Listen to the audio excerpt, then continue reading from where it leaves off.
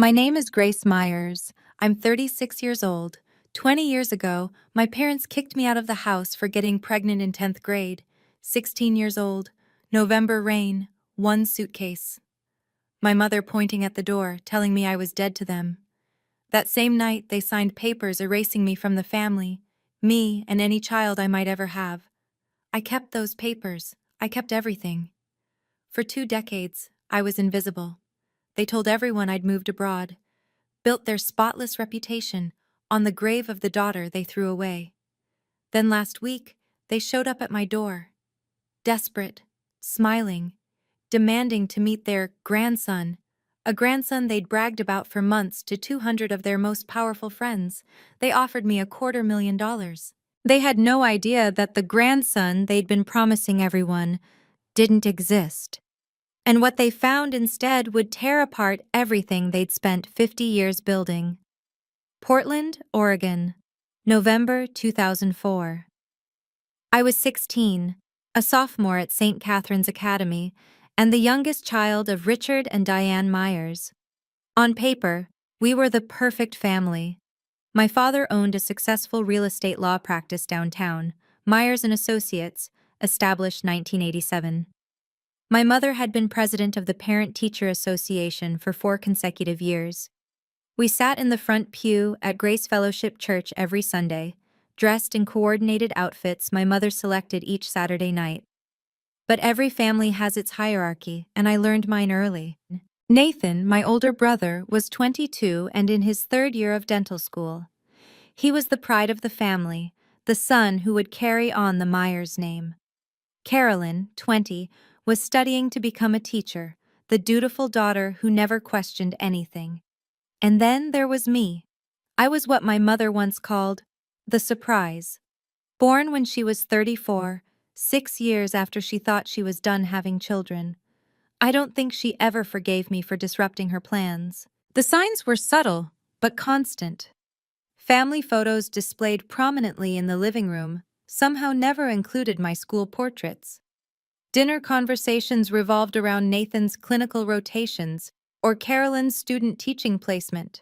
When I mentioned making the honor roll, my father would nod and say, "That's nice, Grace," before turning back to Nathan. I learned to make myself small, to not ask for too much, to not need too much. My father had a saying he repeated at every family gathering: reputation takes 20 years to build and 5 minutes to destroy. I didn't understand then how prophetic those words would become, or that I would be the 5 minutes he feared. I met Marcus Webb at the public library downtown. It sounds unremarkable, but for me, the library was sanctuary. A place where no one compared me to my siblings or reminded me of expectations I could never meet. I went there 3 afternoons a week, ostensibly to study, really just to breathe. Marcus attended Jefferson High, the public school my parents would never acknowledge existed. He was 17, worked part-time at his uncle's auto repair shop, and had the kindest eyes I'd ever seen. He found me crying in the biography section one October afternoon, after my mother had forgotten to pick me up from school for the 3rd time that month. "Hey," he said, sliding into the seat across from me. "You okay?" No one had asked me that in a very long time. We dated secretly for 2 months. He was gentle and patient and made me feel like I mattered, like I was someone worth remembering. October 28, 2004. I'll never forget staring at that pregnancy test in the bathroom of a gas station 3 miles from my school. 2 pink lines. My hands wouldn't stop shaking. When I told Marcus, he didn't run. He didn't make excuses. He held my hands and said, "We'll figure this out together, Grace. You're not alone." I wanted to believe him. Part of me did. But I knew my parents. I knew what mattered to them. And I knew that when I told them, their first question wouldn't be, "Are you okay?" It would be, "What will people think?" I decided to tell them at Sunday dinner. I didn't know it would be the last meal I'd ever eat in that house. Sunday, November 14th, 2004. 7:32 p.m. The roast beef was overcooked. I remember that detail because I was staring at it, trying to find the courage to speak while my father complained about a property dispute and my mother calculated which families would attend the church Christmas gala. I have something to tell you. The table went quiet. 4 faces turned toward me. My parents, Nathan home for the weekend, Carolyn visiting from college. I was 8 weeks pregnant, and I couldn't hide it much longer. I'm pregnant. My mother's fork clattered against her plate. My father didn't move. Who is the father? His voice was ice. Is it someone from St. Catherine's? Someone we know? His name is Marcus Webb. He goes to Jefferson High. He works at the public school. My mother's face had gone pale. You've been seeing a boy from the public school. He's a good person, Mom. Does he come from a good family? My father cut in. What does his father do? He lives with his uncle. He works at an auto shop. The silence that followed lasted exactly 11 seconds. I counted. Then my father stood. You will not keep it. Richard, my mother started. She will not destroy everything we've built. He looked at me like I was a stranger, like I was something that needed to be removed. If you keep that baby, you are no longer part of this family. By 9:15 p.m., I was standing on the front porch with one suitcase, rain soaking through my sweater. My mother had opened the door and pointed outside. Not my father. My mother. Nathan and Carolyn watched from the upstairs window. Neither of them came down. I called Marcus from a payphone at the gas station on Mulberry Street. My hands were shaking so badly I could barely dial. He picked up on the second ring. Grace, what's wrong? They kicked me out. 20 minutes later, his uncle's truck pulled up to the gas station.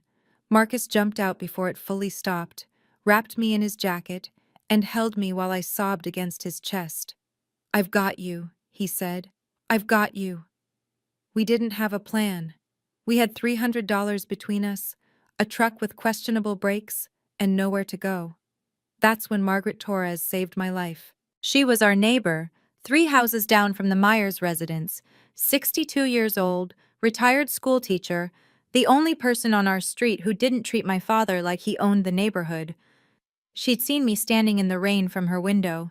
She'd watched long enough to understand. You can stay with me, she said when I knocked on her door at nearly 10 o'clock at night. As long as you need. 2 weeks. That's how long we stayed in Mrs. Torres's guest room before Marcus found us a studio apartment in Seattle, $425 a month, above a laundromat that smelled like bleach and secondhand hope.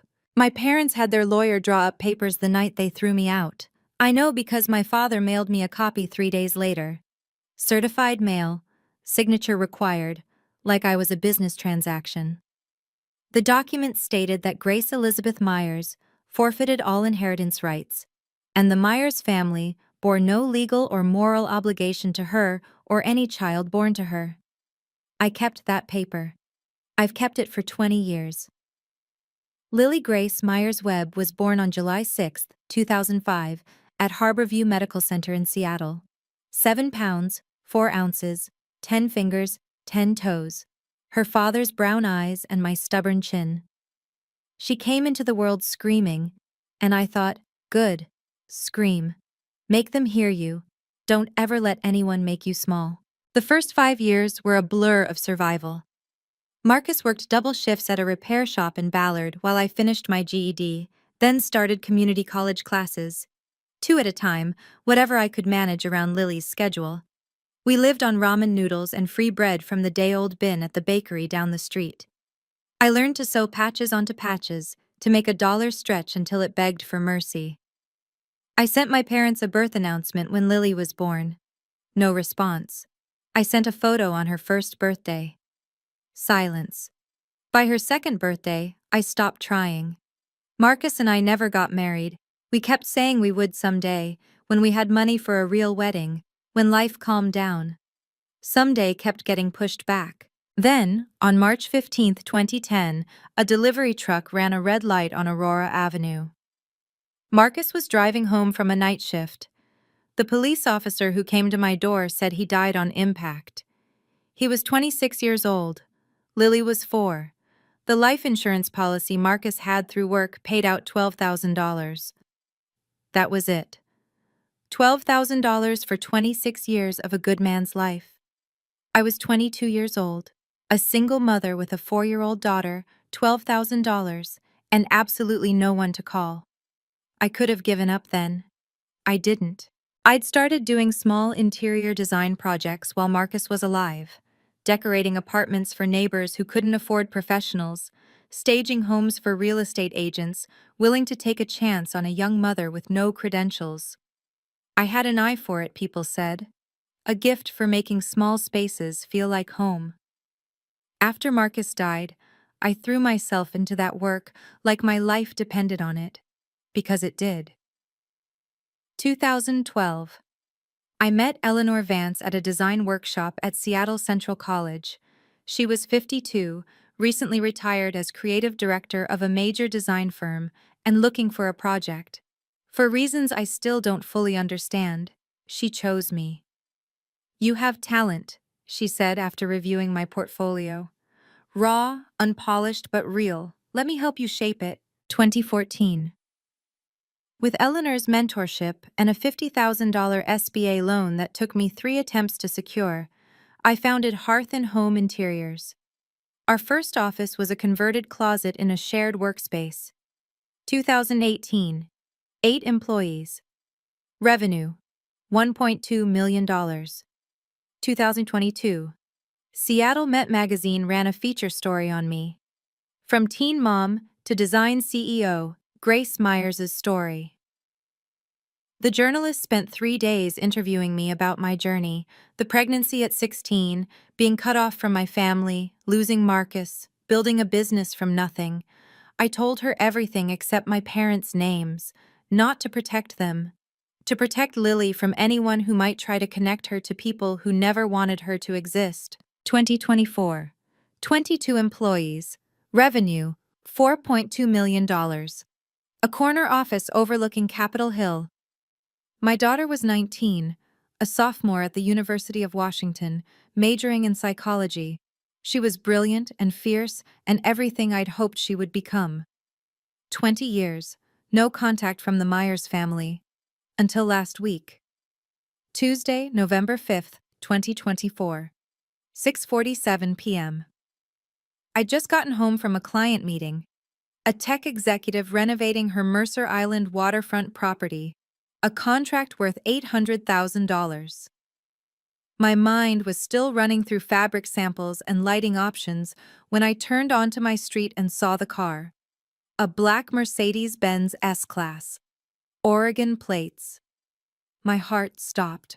I parked in my driveway and sat there for a full minute, gripping the steering wheel, watching 2 figures standing at my front door. The man had gray hair now, stooped shoulders. The woman still held herself with that rigid posture I remembered, that constant vigilance against anything that might disturb her carefully constructed world. Richard and Diane Myers. My parents. I hadn't seen them in 20 years. I considered driving away, going to a hotel, calling Lily, pretending this wasn't happening. But I was 36 years old. I owned a company. I had built a life without them. I would not run. I got out of my car and walked toward them. My father spoke first. "Grace, you look..." He paused, scanning me, my designer coat, my leather bag, my house. "Well, what are you doing here?" My mother stepped forward. Her face had more lines now, her hair a careful shade of ash blonde that didn't quite match her age. "We know about your son, Grace. We know you have a son." I stared at her. "We'd like to meet him," my father added. "We'd like to reconnect, as a family." The absurdity of it nearly made me laugh. 20 years of silence. 20 years of pretending I didn't exist. And now, they were standing on my porch, asking to meet a grandson they'd never bothered to know. A grandson who didn't exist. I let them into my house. I still don't know why.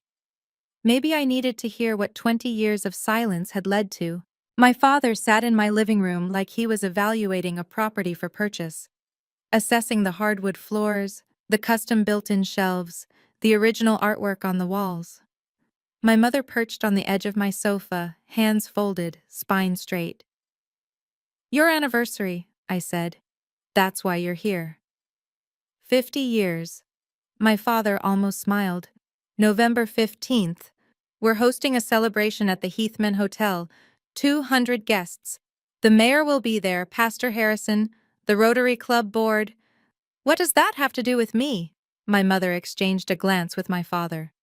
There have been questions, Grace, about you, about what happened 20 years ago. People talk, my father added. Some people remember that we had a third child. They've asked where you are, what happened to you. We've always said you moved away, went abroad, but lately, questions have become more persistent. So you need me to make an appearance. Show everyone that the Myers family is whole and happy. We need your son. My mother's voice was firm. We've told people about him, about our grandson. He should be there, representing the next generation of the Myers family. The room went very still. Who told you I have a son? We read that article. My father waved his hand dismissively. The magazine piece. It mentioned your child, your successful business. You've done better than we expected, better than we expected. As if I'd been graded, as if my entire life was a test I might have failed. And if I refuse? My father's jaw tightened. Let's not make this difficult, Grace. My father reached into his leather briefcase and withdrew a blank check. The sight of it made my stomach turn. We're prepared to compensate you, he said, placing it on my coffee table. $250,000.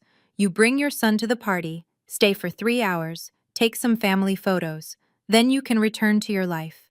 I looked at the check, then at my mother, who was nodding as if this were the most reasonable proposition in the world. $250,000, I repeated. Is that what 20 years of silence costs? We're also prepared to reinstate you in the family trust. My mother leaned forward, her voice dropping to a conspiratorial whisper.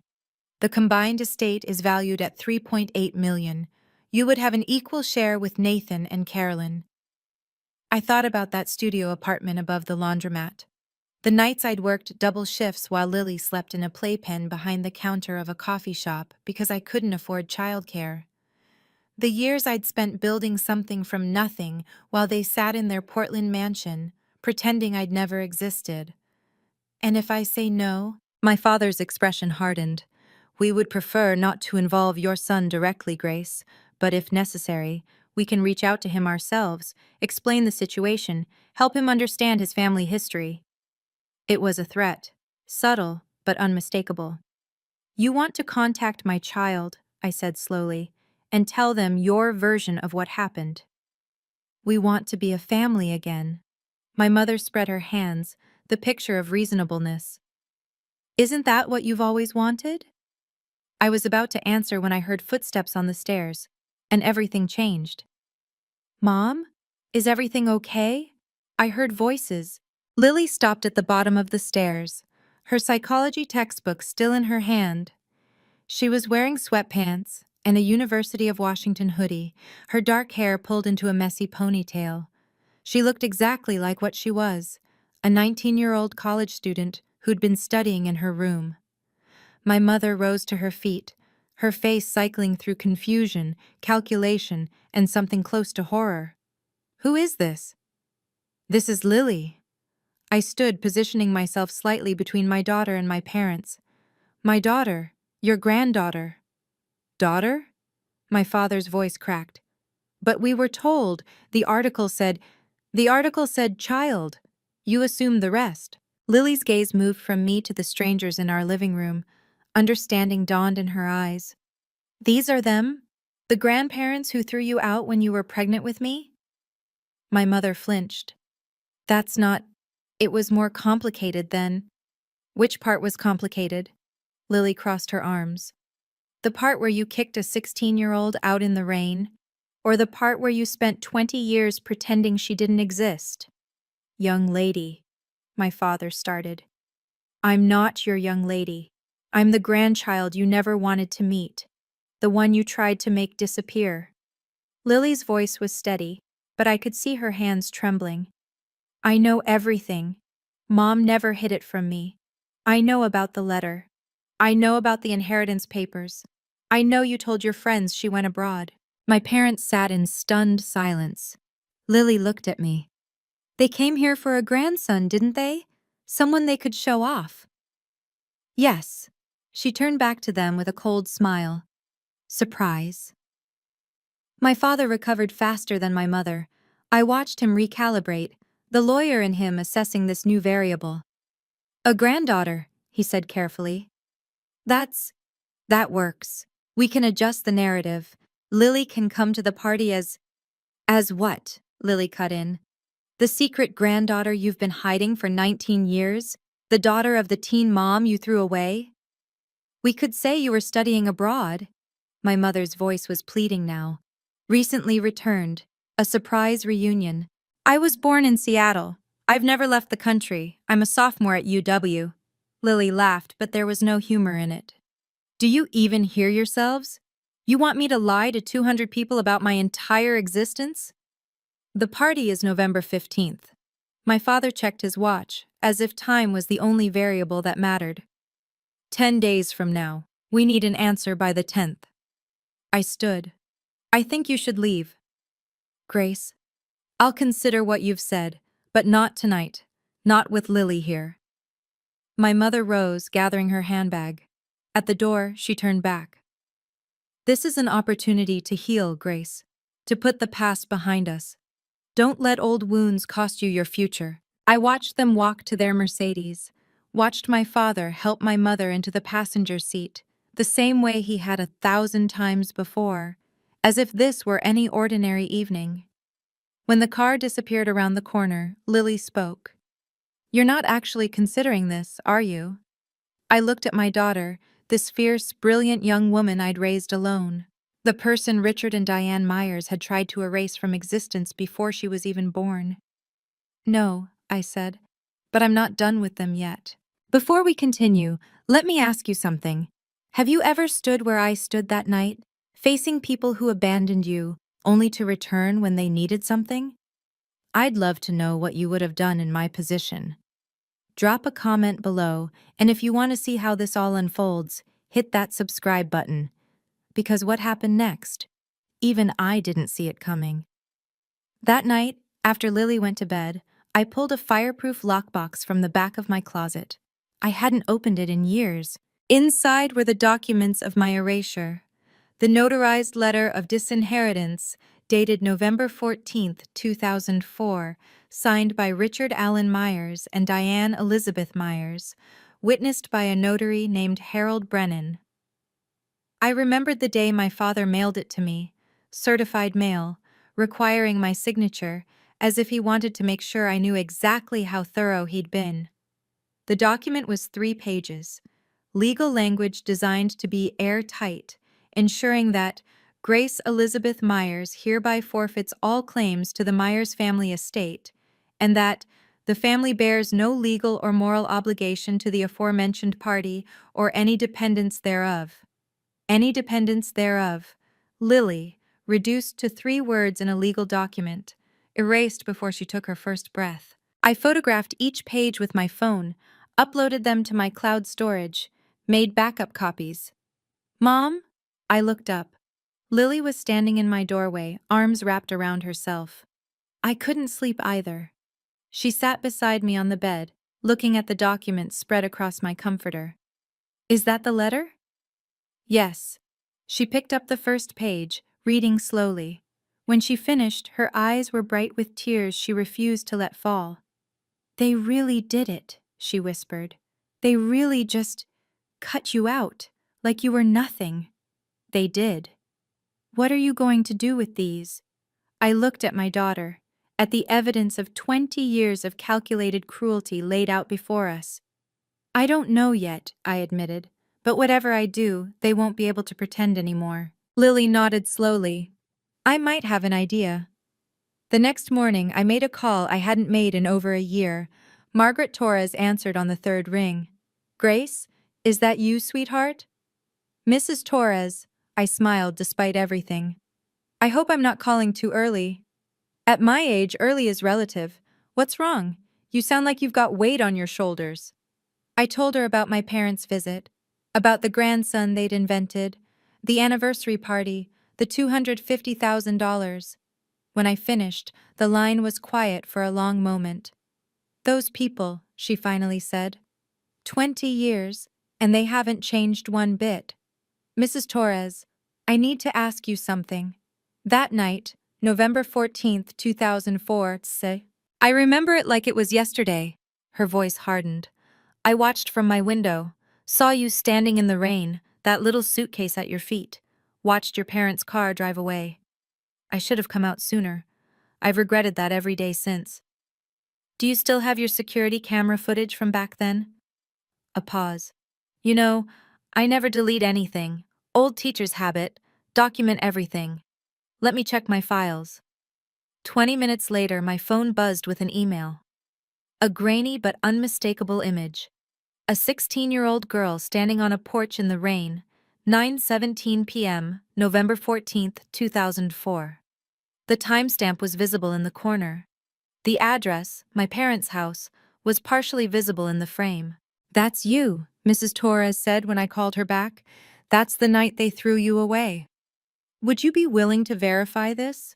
Officially, if needed? Honey, I've been waiting 20 years for someone to ask. Her voice was fierce. Whatever you need, I'm there. I thanked her and hung up. 2 pieces of evidence, 2 witnesses.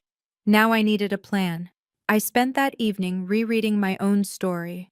The Seattle Met article was still available online, shared over 12,000 times since it was published in March 2022. The journalist, Rebecca Huang, had titled it, From Teen Mom to Design CEO, Grace Myers' Story. 2,500 words about loss, resilience, and building something from the ruins of everything you thought you knew. I'd been careful in that interview. I'd told the truth but not the whole truth. I mentioned being estranged from my family without naming names or cities. I talked about becoming a mother at 17 without identifying the parents who'd cast me out. Not to protect them. To protect Lily from strangers making connections, asking questions, dredging up pain that didn't belong to them. Now I scrolled through the comments, thousands of them. This woman is incredible. Imagine being thrown away by your own family and still becoming this successful. I went through something similar. This story gives me hope. Someone should make a movie about her life. Seriously. One comment caught my eye, posted just 2 weeks ago. Does anyone know if she's related to the Myers family in Portland? The law firm people? Someone in my church mentioned it, and now I'm curious. So that's how my parents found out. My phone rang. Eleanor Vance. Grace, I heard through the grapevine that your parents materialized after 2 decades of radio silence. I laughed despite myself. News travels fast. This is Seattle. Everything travels fast. Her voice softened. What do you need? I don't know yet. Advice, maybe? Perspective. What I know, Eleanor said, is that you've spent 20 years proving who you are without them. Don't let 3 hours at their party undo that. She was right. But I was already thinking bigger than 3 hours. Thursday, November 7th, 2024. 3:42 p.m. My phone showed an Oregon area code I didn't recognize. I almost let it go to voicemail. Grace, it's Nathan. I hadn't heard my brother's voice in 20 years. It was deeper now, weathered. The voice of a man in his 40s instead of the 22-year-old who'd watched from an upstairs window while I stood in the rain. Nathan, I know I have no right to call. I know you have no reason to talk to me. He exhaled shakily. But I need you to know some things before whatever happens next. Then talk. The grandson story. The whole thing about you having a son. That came from Mom. She read the Seattle Met article 2 years ago but didn't read it carefully. Just saw child and successful business, and constructed this whole narrative about you having a boy who was some kind of entrepreneur. She invented a grandson. She told her church friends, her Rotary friends, built an entire story about this brilliant young man continuing the Myers legacy. Nathan's voice cracked. Dad went along with it. They've been dining out on your imaginary son for months. I closed my eyes. Even now, even after everything, my parents' capacity for delusion still stunned me. Why are you telling me this? Because I was a coward, Grace. 20 years ago, I should have come downstairs. I should have said something. I should have... He stopped, breathing hard. Carolyn and I have talked about it. For years. We were wrong. We've always been wrong. And now? Now I want to make it right, whatever that looks like. Nathan paused. The anniversary party. Carolyn and I will be there. If you decide to come, you won't be alone. I didn't know what to say to that. Nathan talked for another hour. He told me about the unwritten rules of being a Myers child, the expectations, the constant performance, the way our parents wielded approval like a weapon, granting it to those who complied and withdrawing it from anyone who stepped out of line. Carolyn has 2 kids, he said. 8 and 11. She's terrified of them growing up the way we did, walking on eggshells, never knowing if they're good enough. Why didn't you ever reach out? In 20 years? Long pause. I almost did. 5 years ago. I had your number, found it through the business website, dialed it at least a dozen times. His voice dropped. And every time, I hung up before it connected, because I knew that if I talked to you, I'd have to admit what I let happen. And I wasn't ready. What changed? Seeing them show up at your door demanding a grandson that doesn't exist, watching them try to buy you like you're a prop for their anniversary photo. Nathan exhaled. It made me realize, if I don't say something now, I never will, and I'll spend the rest of my life knowing I failed you twice. I thought about the brother I remembered, the one who played board games with me when our parents were at their charity galas, the one who taught me to ride a bike in the backyard. There's something you should know, Nathan added. The anniversary party. There's going to be a family moment that gets live-streamed on the church Facebook page. Pastor Harrison's idea. A show of unity for the congregation. A live stream, 200 witnesses in person, and who knew how many more watching online. Thank you for telling me, Nathan. What are you going to do? I'm not sure yet, but I'm starting to see it clearly. Friday, November 8th, 2024, 10:14 a.m. My father called directly this time. No preamble. Grace, we're running out of time. The party is in 1 week. $250,000, full reinstatement in the family trust. Final offer. I've been talking to Nathan. Silence. He told me about the grandson story you've been telling people. The one you made up based on an article you didn't bother to read carefully. That's not... We may have embellished slightly. You invented an entire person. You've been telling your friends about your successful grandson for months. A grandson that doesn't exist. Grace. My father's voice hardened. I don't appreciate your tone.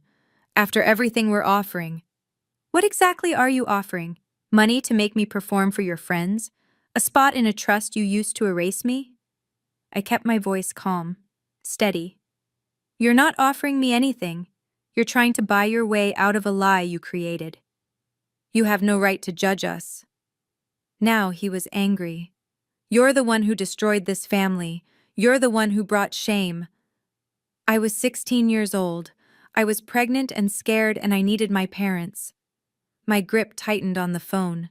And you threw me out like garbage and spent 20 years pretending I died. If you don't come to this party, Grace, you will never have another opportunity to be part of this family. You said that 20 years ago. And you know what? I built a better life without you than I ever would have had with you. We'll see about that. He hung up. I sat in my office, heart pounding, mind racing. 1 week, 200 guests, 1 live stream. It was time to stop letting them control the narrative. That evening, I sat at my dining table with Lily and Eleanor. They want a performance, Eleanor said, swirling her wine. They want you to show up, smile for the cameras, validate 20 years of lies. They want to use you, Lily added, the same way they've always used you, as something to manage, not someone to love. I looked at both of them, my mentor, my daughter, the family I'd built for myself.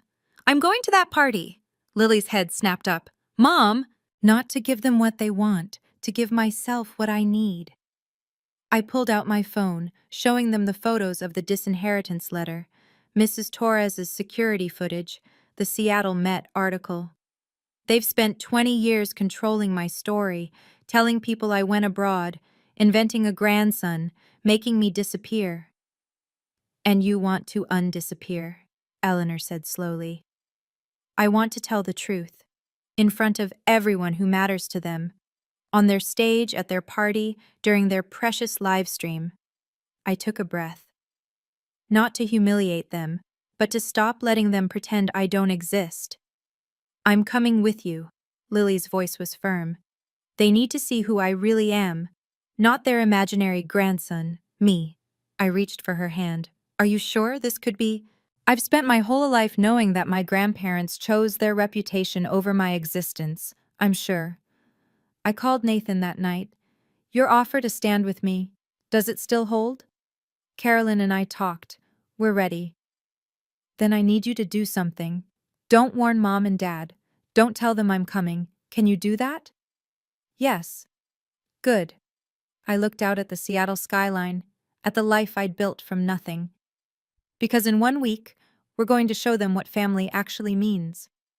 Saturday, November 15th, 2024, 6:47 p.m. The Crystal Ballroom at the Heathman Hotel was everything my parents would have chosen. Chandeliers dripping crystal, white tablecloths starched to precision, flower arrangements that probably cost more than my first month's rent in Seattle. 200 guests in formal attire, clutching champagne flutes, making small talk about golf handicaps and investment portfolios. I stood in the entrance with Lily beside me. She wore a navy blue dress, simple and elegant. I'd chosen black, professional, understated, impossible to ignore. You okay? She whispered. I'm about to crash my parents' 50th anniversary party to tell 200 people they've been lying for 20 years. I squeezed her hand. I'm terrified. That's not what I asked. I looked at her, this incredible young woman who'd grown up knowing her grandparents had tried to erase her, who'd built her own strength from that knowledge, instead of letting it break her. Yeah, I said. I'm okay. We walked in. The room was arranged around a raised platform at the far end, where my parents would give their speeches. A camera crew was setting up, the live stream for Grace Fellowship Church. I could see the Facebook Live indicator already blinking. And there they were. Richard and Diane Myers, standing on that stage, surrounded by well-wishers. My mother in champagne-colored silk. My father in a tailored navy suit. Both of them glowing with the confidence of people who believed they'd won. They hadn't noticed us yet. The room was too crowded, the attention too focused on them, but heads were starting to turn. Someone near the door whispered, "Is that?" Someone else. "The daughter from the article." The whispers spread like ripples in water. And then my mother looked up. My father had just begun his speech. 50 years of marriage has taught me that family is everything. Diane and I have built our lives around that principle. Our children, our community, our faith. His voice carried across the ballroom, amplified by the microphone, captured by the live stream camera. 200 faces watched adoringly. On the small monitor near the stage, I could see the Facebook Live comment section scrolling. Beautiful couple. God bless the Myers family. What an inspiration. My mother saw me first. Her champagne smile froze. I watched her hand tighten on my father's arm. He followed her gaze, stopped mid-sentence. The room began to notice. Heads turning, whispers building. Someone near the back said, loud enough to carry, "That's her. From the magazine, the design CEO." Someone else, "That's Richard's daughter?" I thought she was in Europe. My father recovered first. As I was saying, family has always... I started walking toward the stage. The crowd parted. Not dramatically, this wasn't a movie, but people stepped aside, sensing something was about to happen. Lily walked beside me, her chin high, her steps steady. Nathan appeared at the edge of the crowd. Carolyn beside him. They didn't try to stop me, they just watched. Grace! My father's voice came through the speakers, strained now. What a surprise. We weren't expecting. I climbed the 3 steps to the platform. The live stream camera tracked my movement. I could feel 200 pairs of eyes on me, plus however many were watching online. Hello, Dad? I took the microphone from his hand before he could react. Hello, everyone. My name is Grace Myers. For those of you who don't know me, and many of you don't, I'm Richard and Diane's youngest daughter. I paused. The one they told you went to Europe 20 years ago. The silence in that ballroom was absolute. I didn't go to Europe, I continued. On November 14th, 2004, 20 years ago tomorrow, my parents discovered I was pregnant at 16. That same night, they threw me out of their house. They had their lawyer draft papers disowning me. They told me I was dead to them. Someone gasped. The live stream comments were exploding. I could see them scrolling faster than anyone could read. They told everyone I'd gone abroad. For 20 years they pretended I didn't exist. I reached into my bag and pulled out the notarized letter. This is the document my father mailed me 3 days after throwing me out. It states that I forfeit all inheritance rights, and that the Myers family has no obligation to me or, I quote, any dependents thereof. I held it up to the camera, close enough to read. Those dependents? That's my daughter Lily. I gestured to where she stood at the edge of the stage. Your granddaughter, who you've never met. The grandson you've been telling your friends about for months doesn't exist. You invented him based on a magazine article you didn't read carefully. My father grabbed for the microphone. Grace, this isn't the place. When is the place, Dad? I held the mic out of his reach. When is the right time to tell the truth? You came to my house last week offering me $250,000 to parade a fictional grandson at this party. $250,000 to make your lie look real. I turned to the crowd, to the camera, to the 200 witnesses and the thousands watching online. I didn't come here for money. I came here because I'm done being erased. Pastor Harrison stepped forward. Richard, is this true? My father couldn't answer. My mother started crying. I'd only seen Diane Myers cry once in my entire childhood, at her own mother's funeral. Now tears streamed down her face, ruining the careful makeup she'd spent hours perfecting. Richard, Pastor Harrison's voice was firm. I asked you a question.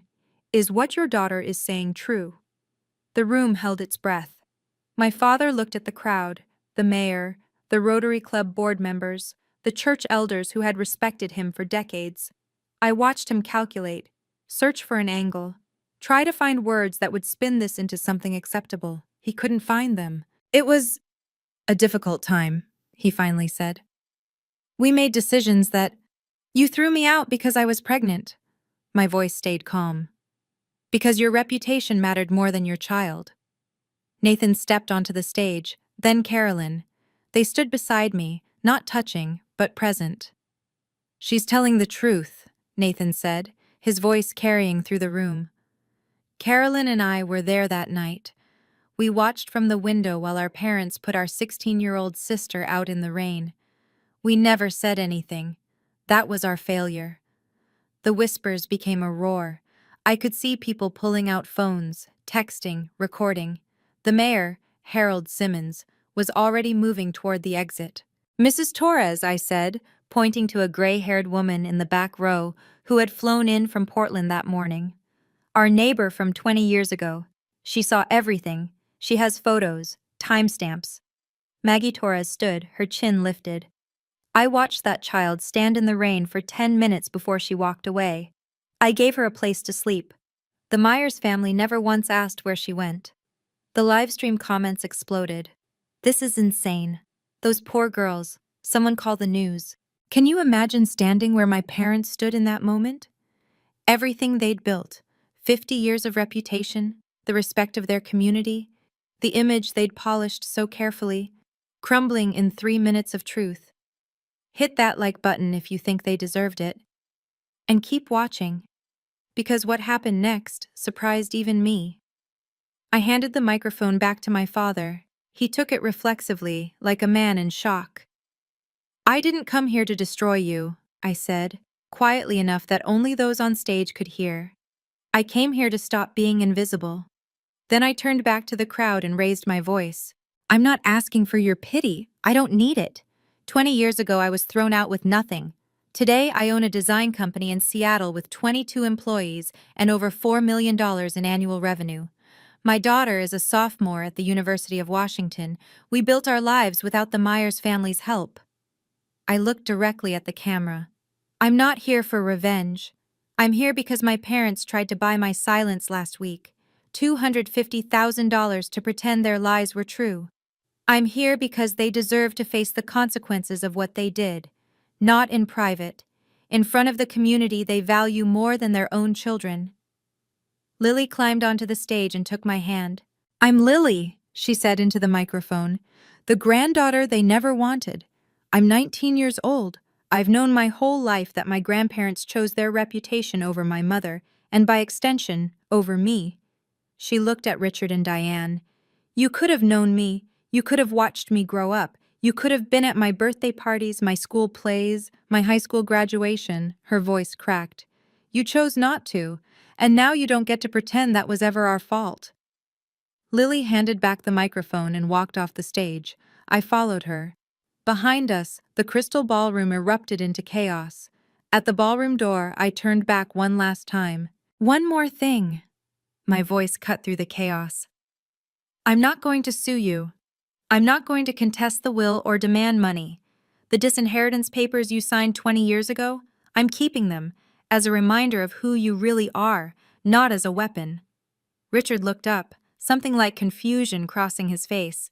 He'd expected a battle, a lawsuit, demands. "But understand this.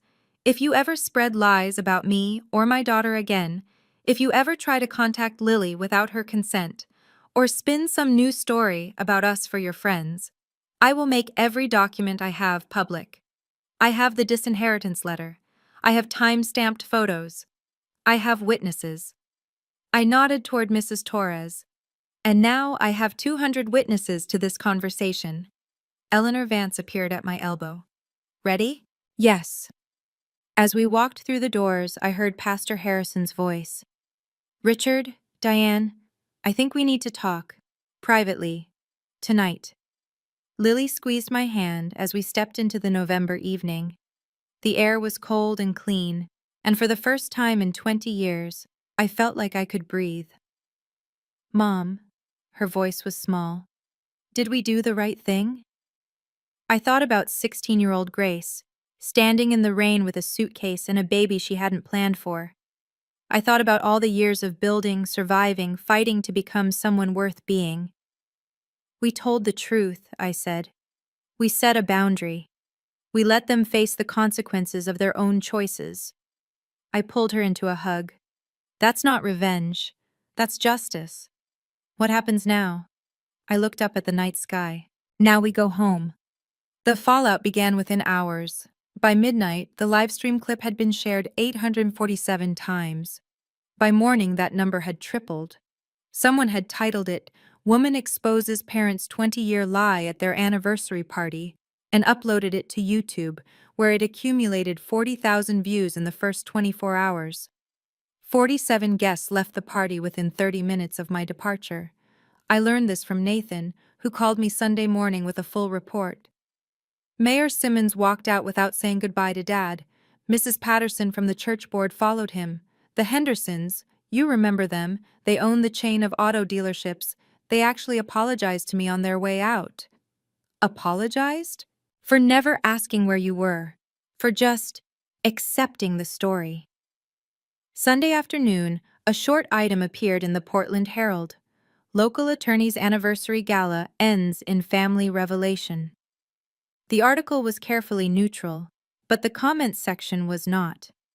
I went to church with these people. I had no idea. Richard Myers drew up my will. What kind of man throws out his own child? Anyone who watched that live stream will never see that family the same way. By Monday, Richard had resigned his position as elder at Grace Fellowship Church. For personal reasons, the church bulletin stated. But everyone knew. By Wednesday, the Rotary Club board announced they would be reviewing membership criteria at their next meeting. Richard's name was specifically mentioned. And through it all, I was in Seattle, answering emails from potential clients. 7 new inquiries came in that week. People who'd seen the Seattle Met article 2 years ago and had just connected it to the viral video. Some fallouts destroy. Others clarify. Mine did both. The following Thursday, a reporter from Seattle Met called. Rebecca Huang, the same journalist who'd written my profile 2 years earlier. Grace, I don't know if you've seen, but your video is everywhere. We'd love to do a follow-up piece, the CEO who confronted her past. What do you think? I thought about it. Let me get back to you. Of course, just know, the response has been overwhelming. People are connecting with your story, a lot of them have similar experiences. She wasn't wrong. My company's general inbox was flooded with messages. Not about design, about family, about being cut off, about spending years feeling invisible and finally finding the courage to speak. Your video made me call my brother for the first time in 12 years. I'm a teen mom too. You gave me hope. Thank you for showing that success is the best response to people who tried to destroy you. Saturday, I flew to Seattle for Nathan and Carolyn's first visit to my home in 20 years. We sat in my living room, the same room where our parents had tried to buy my silence 2 weeks earlier, and talked for 6 hours. Nathan told me about the years of guilt. Carolyn cried when she met Lily for the first time. Their children, my niece and nephew, ages 8 and 11, played in my backyard while the adults tried to rebuild something from the wreckage. I'm sorry, Nathan said. I know it's not enough. I know sorry doesn't cover 20 years. No, I agreed. It doesn't, but it's a start. Lily watched from the doorway, this young woman who'd grown up without extended family, finally seeing what it might look like to have one. Imperfect, complicated, but real. 1 week after the party, my phone rang with an Oregon number. My mother. Grace? Her voice was hoarse, smaller than I'd ever heard it. I'm not calling to apologize. I don't know how to apologize for what we did. Then why are you calling? Long silence. I watched the video. The live stream. I've watched it 11 times. Another pause. I keep looking at your face when you're talking, trying to see my daughter, the one I put out in the rain. I said nothing. Your father is... She trailed off. He's not doing well. The church, the Rotary, his colleagues. Everyone is looking at him differently now. He doesn't know how to handle it. I didn't do this to punish him, or you. I know that now. Her voice cracked. You did it because you had to stop pretending. You did it because we gave you no other choice. Why did you call, Mom? The longest silence yet. Because I wanted to hear your voice. Because I haven't heard it in 20 years, and I realized I might never hear it again. She was crying now. Because my granddaughter stood on that stage and told 200 people she'd spent her whole life knowing we didn't want her, and I couldn't breathe. I closed my eyes. I'm not ready to forgive you, I said. I might never be, but I'm not going to hang up on you either. That's more than I deserve. Yes, it is. We stayed on the line for another minute, not speaking. Then she said goodbye. She didn't ask for another chance. She didn't demand anything. Maybe that was progress. Or maybe it was just the first step of a very long road. Thanksgiving, 2024.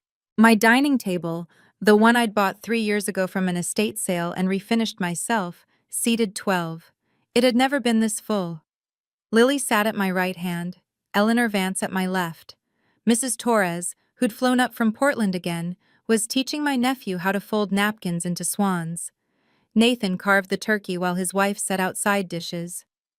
Carolyn's daughters were arguing about who got to light the candles. My parents weren't there. We hadn't reached that point. Maybe we never would. But looking around that table, I realized something. I'd spent 20 years mourning a family that had never really wanted me. Now I was surrounded by people who'd chosen to be here. Who wanted to know me, not a version of me, not a prop for their image, but me. Lily stood to make a toast. I wrote something, for Mom. She pulled out a folded paper. When I was little, I used to ask why I didn't have grandparents like the other kids. Mom always told me the truth, that they'd made a choice, and that choice wasn't about me. It took me years to really understand that. She looked at me. But I understand now. And I know that everything I have, everything I am, is because you never let their choice define us. She raised her glass. To the family we build, not the one we're born into. Everyone drank. Later, after the dishes were cleared and the guests were scattered through my house drinking coffee, I stood at the kitchen window. Lily appeared beside me. "You okay?" I looked at my daughter, at this life I'd assembled from the ruins of everything I thought I'd lost. "Yeah," I said. "I really am." If you're still listening, let me leave you with this. 20 years ago, I was a scared 16-year-old standing in the rain, watching my parents' taillights disappear down the street. I thought my life was over. I thought I had nothing left. I was wrong. I had Marcus for as long as I could have him. I had Mrs. Torres, who opened her door when she didn't have to. I had Eleanor, who saw potential in a young mother with nothing but determination. I had Lily, who grew up knowing the truth and chose to be fierce instead of bitter. And eventually, I had myself. The version of me who stopped asking for permission to exist. If you're in a situation where your family makes you feel like you need to shrink yourself to be acceptable, like your worth depends on their approval, I understand. I've been there. But here's what I know now. You don't need their validation to know your value. Setting boundaries isn't revenge, it's survival. And sometimes the family you build is stronger than the one you were born into. My parents still haven't apologized. Not really. Richard has barely spoken since the party. Diane calls occasionally, and I answer when I can. Nathan and Carolyn are trying. We're all trying. But I'm not waiting for them to change. I'm living my life. The one I built, the one I earned, the one that belongs entirely to me. That's not a happy ending, it's a real one. And real endings? They don't need applause. They just need truth. Thank you for listening to my story. If it meant something to you, if it made you feel less alone, please share it. Like, subscribe, and check the description for more stories like this one. Because everyone deserves to be seen, even the ones they tried to make invisible.